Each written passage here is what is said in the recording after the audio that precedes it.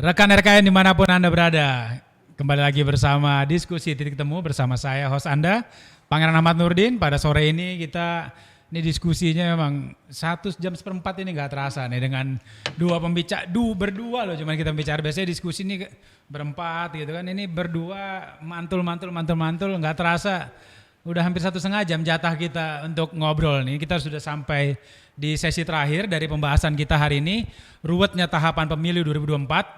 Kita tadi sudah bahas semuanya sampai terakhir ujung-ujungnya tetap juga kita bahas kekhawatiran terkait 3 periode ya. Jangan dikesampingkan, jangan dientengkan kata Bang Ray dan Bang Lusius. Bang, ini kita sampai sesi terakhir nih. Kita butuh closing statement dari abang-abang sekalian. Yang pertama saya minta dari Bang Lusius Karus dari Forum Masyarakat Peduli Parlemen Indonesia. Ya, kadang yang bikin pemilu ruwet itu ya karena banyak manusia cerewet seperti saya sama Om Rai itu yang bikin 1,5 jam bisa ngomong gitu ya. 1,5 jam gak terasa Bang ya? Betul. Jadi sebagai penutup saya kira sih penting untuk mengingatkan tadi sudah dijelaskan banyak sekali potensi masalah yang akan muncul gitu ya. Dan sekarang sudah mulai terjadi gitu ya. Tahapan sudah berjalan, tiba-tiba isu untuk kemudian merubah aturan terkait dengan penyelenggaraan pemilu itu muncul seperti terkait sistem pemilu, terus pro kontra terkait kewenangan membagi dapil dan lain sebagainya. Jadi hal-hal seperti itu akhirnya membuat kita merasa penting untuk mengingatkan kita perlu sebuah KPU sebagai penyelenggara pemilu yang tidak hanya kemudian mengikuti perintah undang-undang independen, mandiri dan lain sebagainya gitu ya, tapi KPU yang kuat gitu ya, KPU yang kemudian tidak goyah gitu ya di hadapan kekuasaan atau kekuatan politik sekuat apapun gitu ya. Sementara fakta yang mulai kita lihat hari-hari ini sudah diingatkan juga tadi, penyelenggara pemilu kita belum bisa menunjukkan lembaga KPU yang kuat yang kemudian menjamin tahapan penyelenggaraan pemilu 2024 itu bisa berjalan lancar gitu ya. Dengan segala keruwetan dari perubahan sistem di mana kita kemudian akan menyelenggarakan pemilu serentak dalam 1 tahun, pilkada sampai pemilu nasional.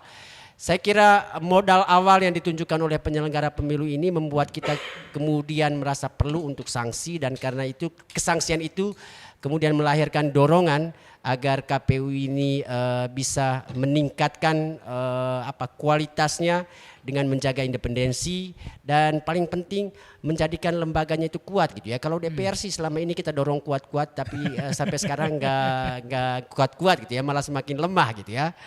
Kita berharap lembaga seperti KPU ini ya karena sudah didesain memang untuk menjadi mandiri gitu ya. Dia kemudian harus betul-betul menjadikan itu dasar dalam bekerja gitu ya. Lagi-lagi DPR sebenarnya konflik kepentingan ketika kemudian DPR ikut cawe-cawe lagi bicara soal regulasi kepemiluan yang disusun oleh KPU gitu. Bagaimana tidak konflik kepentingan gitu ya. Dia nanti akan menjadi caleg, banyak yang kemudian di Komisi 2 itu anggota atau petinggi partai gitu ya. Ya mereka pasti punya kepentingan dengan aturan yang dibuat oleh KPU untuk penyelenggara pemilu 2024. Karena itu KPU mestinya selalu punya ruang untuk bisa dengan keras menolak semua permintaan yang diinginkan oleh Komisi 2 terkait perubahan regulasi gitu ya. Mereka punya alasan yang sangat kuat. DPR sebagai politisi, sebagai anggota partai politik punya kepentingan dengan aturan kepemiluan yang bisa menguntungkan mereka. Karena itu permintaan mereka jika tidak kemudian sangat objektif gitu ya, mestinya ditolak oleh KPU. Keberanian seperti itu mesti mulai ditunjukkan oleh KPU sebelum kemudian tahapan ini benar kacau balau ya. Oke, terima kasih banyak Bang Lusius. Jadi tadi dibilang mau cerewetin mau apa segala macam, tapi tetap harapannya tetap banyak ke KPU. Jadi didukung untuk jadi makin kuat dan juga makin berani dan ngikutin aturannya Bang ya. Dan selanjutnya kita minta closing statement dari Bang Ray Rangkuti, Direktur Eksekutif dari Lingkar Madani Indonesia. Saya kurang lebih sama dengan Bung Lusius ya, penutupnya gitu. Khususnya soal dapil ini ya, baik ke DPR maupun ke KPU tidak boleh bersekutu untuk melawan perintah Mahkamah Konstitusi gitu loh, Mbak. Jadi harus dipikirkan benar ini baik oleh DPR maupun oleh KPU. Ya, harus mereka cari alasan mengapa harus tetap mempergunakan dapil 2017 yang lalu 2019 yang lalu sesuai dengan Undang-Undang Nomor 7 2017 itu gitu. Itu harus dicari argumen-argumennya. Karena sampai sekarang kita belum mendengar ini alasan mengapa KPU setuju dengan dapil itu gitu ya. Dan tidak melakukan perubahan dapil yang lain yang mungkin boleh jadi berbeda ya dengan pertumbuhan perkembangan situasi yang kita alami saat ini, baik dari aspek penduduk maupun dari aspek geografik ya gitu. Jadi harus dijelaskan cepat oleh KPU kenapa dan mengapa ya mereka setuju dengan dapil, tetap mempergunakan dapil yang ada di dalam lampiran Undang-Undang Nomor 7 2017 itu gitu.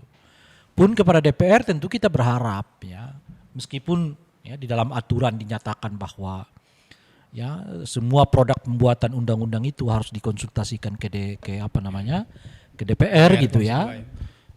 Itu tidak berarti mereka bisa menekan-nekan KPU untuk melakukan A, B dan C gitu. Itu tidak boleh. Itu udah intervensi namanya gitu. Biarkan yang bisa mereka lakukan itu adalah menjaga KPU jangan keluar dari undang-undang. Itulah tugas mereka gitu. Kan tugasnya mengawasi, bukan memerintah gitu loh. Jadi kalau mereka tetap mengatakan KPU pakai aja dapil yang ada itu tidak boleh. Gitu. Itu udah masuk ke kategori intervensi gitu. Padahal di dalam konstitusi dinyatakan tugas MPR itu ya kan budgeting, pengawasan dan anggaran. Cuma itu jadi dalam konteks pengawasan itu kalimatnya itu tidak boleh gitu loh. Bukan kamu harus nggak ada itu. Tapi tidak boleh. Tidak boleh. Kamu jangan ini, kamu jangan ini. Awas. Jadi dalam pengawasan itu tidak ada kata-kata kamu harus melakukan ini loh. Itu bukan. Itu bukan pengawasan namanya gitu loh. Nah pengawasan itu adalah kamu jangan melakukan ini, jangan melakukan ini, nggak boleh. Nah sekarang DPR-nya itu seperti eksekutif meminta jadinya. Supaya kamu ini dong. Nggak boleh gitu. Nah oleh karena itu ya saya pribadi berharap KPU jelaskan argumennya. Kalau dia tolak, kalau dia ikuti permintaan KPU DPR itu apa argumennya. Dan tentu saya berharap baiknya dipelajari juga oleh KPU dulu. Benar nggak dapil ini masih bisa dipergunakan atau tidak. Masih sesuai atau tidak. Ada nggak dapil ini yang secara aturan menyalahi ketentuan yang sudah dibuat di dalam undang-undang yang sama juga gitu. Nah, dan kalau KPU ya memperlihatkan tidak dengan mudah ya diminta begini, diminta begini, ini KPU labil namanya gitu loh. KPU labil gitu. Nah, ini punya efek yang sangat serius kepada tingkat kepercayaan publik terhadap KPU-nya gitu. Nah, oleh karena itulah saya berharap KPU segera buat argumen, jelaskan kepada publik kenapa setuju penggunaan itu, jelaskan kepada mereka atas berbagai pertanyaan tentang loh kok ini dapil kursinya lebih banyak padahal penduduknya sedikit. Ini kursinya sedikit padahal penduduknya banyak. Lah ini daerah kok melonjak masuk ke dapil 1, mestinya kalau lihat geografiknya dia masuk ke dapil 2 dan seterusnya. Itu jelaskan kepada publik secara menyeluruh gitu. Karena pemilu ini bukan hanya milik DPR, ya kan? Pemilu ini juga milik kita bersama. Namanya pesta rakyat. Pesta rakyat. Oleh karena itu yang diwadahi oleh KPU bukan hanya anggota DPR, tapi juga adalah masyarakat secara umum gitu. Itu kira-kira. Oke, rekan-rekan KKN, tadi kata kuncinya terakhir tadi ini pemilu ini bukan hanya milik DPR, bukan juga milik KPU juga pelaksananya, bukan milik pemerintah, tapi milik semuanya, Bang ya, Bang Lusius, Bang Rey, ini pesta rakyat. Jadi ya tadi kita yang punya kepentingan, kita juga yang perlu ngawasi, dan juga mungkin pada satu titik perlu juga jadi memberikan tekanan-tekanan yang diperlukan agar tadi seperti kata Bang Lusius tadi, biar kuat KPU-nya, biar jalan, dan seperti kata Bang Rey juga biar bisa menjalankan aturan-aturan yang dikasih dari formil, dari materialnya semua sesuai semua. KPU-nya jangan labil. Oke. Rekan-rekan yang Anda berada, akhirnya tak terasa kita sampai pada akhir diskusi kita. Sudah hampir 1,5 jam kita diskusi sini. Saya host Anda, Pangeran Ahmad Nurdin, beserta produser Edi Koko, beserta tim teknik Kris dan Randu, mohon undur diri. Sampai bertemu dengan diskusi titik temu pekan depan. Assalamualaikum warahmatullahi wabarakatuh. Selamat sore, salam sejahtera untuk semuanya.